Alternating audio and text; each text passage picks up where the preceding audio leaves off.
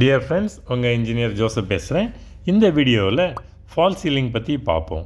இதில் gypsum ceiling, gypsum tile ceiling, glass ceiling, wooden ceiling, PVC, metal ceiling அப்படின்னு பல வகைகள் இருக்குது. மெட்டல் சீலிங்கில் அலுமினியம் சீலிங் ஃபெமிலியராக யூஸ் பண்ணுற ஒன்று கமர்ஷியல் பில்டிங்கில். இன்ஸ்டாலேஷன் ரொம்ப ஈஸியாக இருக்கும். ஓகே, கான்செப்டுக்கு வருவோம். இந்த ஹாலில் தான் அலுமினியம் ஸ்டெப் சீலிங் ஃபிக்ஸ் பண்ண போகிறோம். இங்கே வால் டைல் 10 அடி உயரத்தில் ஃபிக்ஸ் பண்ணியிருக்கோம். ஒரு டைல் 12 இன்ச்சு உயரம், அதாவது 1 அடி. சீலிங் வால் சேனல் சப்போர்ட்டை 10 அடி உயரத்தில் ஃபிக்ஸ் பண்ணுவோம்.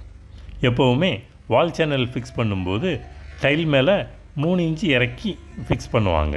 அப்போது மேல் வரிசையில் டைலோட உயரம் 3 இன்ச்சு குறைஞ்சிடும். அது பார்க்குறதுக்கு அன்ஈவன் லுக்கையும் கொடுத்துரும்.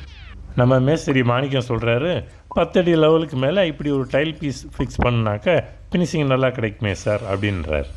என்னையை கேட்டால் டைல் மேலே வால் சேனலுக்காக ஸ்க்ரூ ஃபிக்ஸ் பண்ணும்போது டைல் கிராக் ஆகிறதுக்கு நிறைய வாய்ப்பு இருக்குது. அதுக்கு நான் இந்த 3 இன்ச்சு பார்டர் பூச்சி பூசுகிறேன். அதுவும் டைல் மட்டத்துக்கே பூசியிருந்தால் நல்லாயிருக்கும். ஓகே, இப்போது இந்த லெவலில் வால் சேனல் ஃபிக்ஸ் பண்ணியாச்சு. அடுத்தது அலுமினியம் ஸ்ட்ரிப்பை பார்ப்போம். இது ஃபிக்ஸ் பண்ணுறதுக்கு சீலிங் சப்போர்ட் ரெடி பண்ணிக்கலாம். காங்கிரீட் ஸ்லாப்பில் anchor bolt, threaded rod, check நட்டோட ஃபிக்ஸ் பண்ணிக்குவோம். கீழே லெவல் பண்ணுறதுக்காக நட்டு, செக் நட் இந்த செட்டெல்லாம் அட்ஜஸ்ட் பண்ணிக்கிறதுக்கு யூஸ் ஆகும். இதுதான் கேரியர் சேனல். சீலிங் ஸ்ட்ரிப்பை தாங்கி நிற்கக்கூடியது. இதுக்கு மேலே இருக்கிற ஹோலில் த்ரெடட் ராடை கனெக்ட் பண்ணுறதுக்காக கொடுத்துருக்காங்க. இதில் இருக்கிற இந்த ஸ்லாட்டில் ஸ்ட்ரிப்பை கச்சிதமாக பிடிச்சிக்கும். ஈக்குவல் ஸ்பேஸிங் கிடைக்கும். அலுமினியம் ஸ்ட்ரிப் ஃபிக்ஸ் பண்ணுறதுக்கு முன்னாடி எலக்ட்ரிக்கல் ஒர்க் எல்லாம் முடிஞ்சிச்சான்னு கன்ஃபார்ம் பண்ணிக்கோங்க. அடுத்தடுத்த இருக்கிற கேரியர் சேனலுக்கு இடையே இருக்கிற கேப்பு 3 அடியிலேருந்து 4 அடி வரை வைக்கலாம்.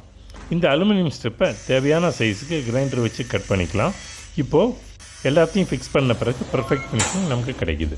கடைசியாக ரிஃப்ளெக்டட் சீலிங் பிளானில் நம்ம பிளான் பண்ண மாதிரி லைட்ஸ் லொக்கேஷனை மார்க் பண்ணிக்குவோம். பிறகு கோல் கட்டர் வச்சு லைட் சைஸுக்கு ஹோல் போட்டுக்கலாம். இப்போ நம்ம ஸ்பாட் லைட்டை ஃபிக்ஸ் பண்ணியாச்சு. இந்த வீடியோ உங்களுக்கு ரொம்ப பிடிச்சிருக்கும்னு நினைக்கிறேன். டவுட் இருந்தால், கிளாரிஃபிகேஷன் இருந்தால் கமெண்ட் பண்ணுங்கள். தேங்க்யூ.